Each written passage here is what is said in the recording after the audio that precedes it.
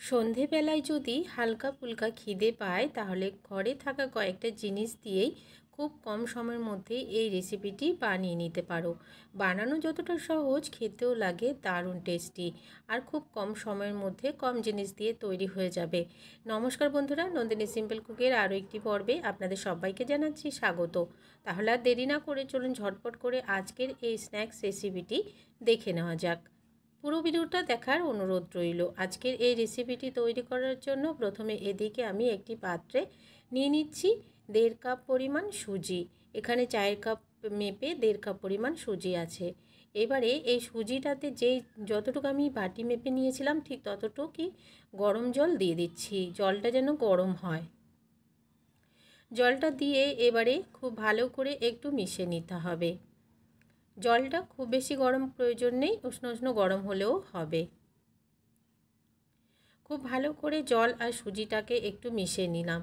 মিশিয়ে নেওয়ার পরে এবারে ঢাকা দিয়ে রেখে দিচ্ছি 5 মিনিটের জন্য, সুজিটা একটু সফট হয়ে যাওয়ার জন্য। এদিকে আরও একটা পাত্র নিয়ে নিয়েছি, আর এই পাত্রে একটি কাঁচা আলু আমি গ্রেট করে নিয়ে নেব। আলুটাকে অবশ্যই গ্রেট করে দেবে, তাহলে খুব ভালো হবে।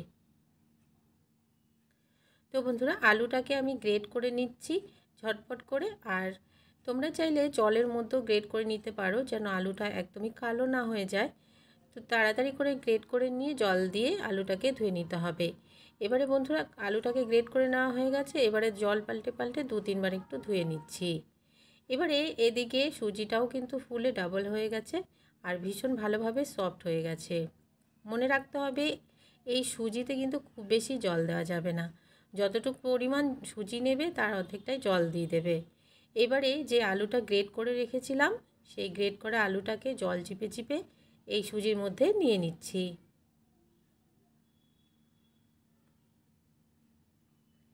আলুটাকে গ্রেট করে জলের থেকে নিয়ে নিলাম আমি, একদমই জলটাকে ঝরিয়ে। এবারে একটা ছোট টুকরো আদা নিয়ে নিলাম, আর এই আদাটাকে গ্রেট করে নিয়ে নিচ্ছি।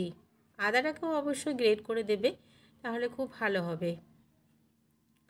সম্পূর্ণ আদাটাকে গ্রেট করে নিয়ে নিলাম। এখানে যদি তোমরা কাঁচা লঙ্কা ব্যবহার করতে চাও ঝালের জন্য, তাহলে দিতে পারো, আর না দিলেও হবে। এবারে এখানে দিয়ে দিচ্ছি ছোট করে কেটে রাখা পেঁয়াজ। এখানে আমি একটা ছোট সাইজের পেঁয়াজ ব্যবহার করেছি। দিয়ে দিচ্ছি বেশ খানিকটা ধনেপাতা কুচি। এবারে কিছু মশলা দিয়ে দেবো। দিয়ে দিচ্ছি পরিমাণ মতো লবণ। দিয়ে দিচ্ছি 1 চামচ পরিমাণ চিলি ফ্লেক্স। এই চিলি ফ্লেক্সটা কিন্তু একদমই ঝাল নেই, তার জন্য আমি এখানে ব্যবহার করলাম। দিয়ে দিচ্ছি 1/2 চামচ পরিমাণ গোটা জিরা, আর দিয়ে দিচ্ছি 1/2 চামচ পরিমাণ কাশ্মীরি লাল লঙ্কার গুঁড়ো। এবারে দিয়ে দিচ্ছি 1 কাপ পরিমাণ আটা। এখানে আমি চায়ের কাপ মেপে 1 কাপ পরিমাণ আটা নিলাম। প্রথমে অল্প পরিমাণ আটা দিয়ে একটু মেখে নিচ্ছি, যদি প্রয়োজন হয় তবে বাকিটাও এখানে দিয়ে দেব। এবারে খুব ভালো করে মেখে নিতে হবে। তো হালকা একটু ভেজা ভেজা লাগছে বলে বাকি আটাটাও আমি এখানে দিয়ে দিলাম। এবারে খুব ভালো করে মেখে নিচ্ছি।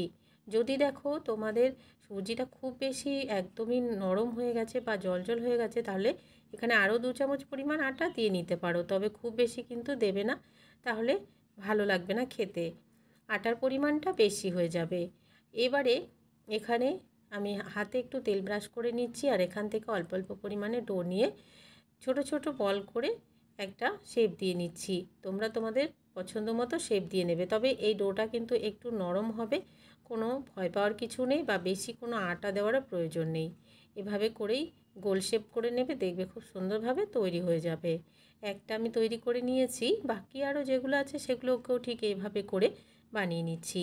এবারে এদিকে তেল গরম করে নিলাম, আর এই গরম তেলে এক এক করে সবগুলো ছেড়ে দেবো। তবে অবশ্যই গ্যাসের ফ্লেমটাকে লোতে রেখে তবে ভাজবে, নাহলে কিন্তু ভেতরটা একদমই কাঁচা থেকে যাবে। যেহেতু আমরা আটা ব্যবহার করেছি, আটাটা তৈরি হতে একটু টাইম লাগে। এবারে উল্টে পাল্টে দুপাশটাকে খুব সুন্দর করে ভেজে নিতে হবে, একদমই গোল্ডেন ব্রাউন হওয়া পর্যন্ত আর ক্রিস্পি হওয়া পর্যন্ত। এগুলো যখন দেখবে ভাজা শুরু হয়ে যাবে, তখন কিন্তু অনেকটাই ফুলে যাবে। দেখে তোমরা বুঝতেই পারছো যে কতটা ফুলে উঠেছে। ঠিক এরকম ফুলে উঠবে সবগুলোই। এবারে এগুলো কিন্তু একদমই ভেজে নেওয়া হয়ে গেছে। এগুলোকে আমি উল্টে পাল্টে একদমই গোল্ডেন ব্রাউন করে ভেজে নিলাম। এবারে এগুলোকে নামিয়ে নেব, আর বাকি আরও যেগুলো আছে সেগুলোকে এইভাবে করে ভেজে নিয়ে ফিরে আসছি। তো বন্ধুরা, তৈরি হয়ে গেল কত সহজে একটি স্ন্যাক্স রেসিপি। হালকা ফুলকা খিদে পেলেই খুব তাড়াতাড়ি কিন্তু এই রেসিপিটি বানিয়ে নিতে পারো। আজকের রেসিপিটি ভালো লাগলে একটা লাইক করার অনুরোধ রইল, অনেক অনেক শেয়ার করে দেওয়ার অনুরোধ রইল। নতুন বন্ধু আমার চ্যানেলে নতুন এসে থাকলে আমার চ্যানেলটিকে সাবস্ক্রাইব করে পাশে থাকা বেল আইকনটাকে প্রেস করে অল বাটনে ক্লিক করতে ভুলবে না, এ ধরনের রান্নার নোটিফিকেশানগুলো সবার আগে তোমাদের কাছে পৌঁছে যাওয়ার জন্য। আর আজকের রেসিপিটি কেমন লাগলো অবশ্যই কিন্তু কমেন্টস বক্সে জানাতে ভুলবে না। একবার ট্রাই করে দেখলে বারবার ট্রাই করার অনুরোধ আসবে। দেখবে আমি একটা ভেঙে দেখিয়ে দিচ্ছি, তো দেখো ভেতরটা কতটা ফোলা ফোলা হয়েছে, দেখে তোমরা বুঝতেই পারছো। আজকের রেসিপি এখানে শেষ করছি। সবাই ভালো থাকবে, সুস্থ থাকবে। আজকের মতো টাটা।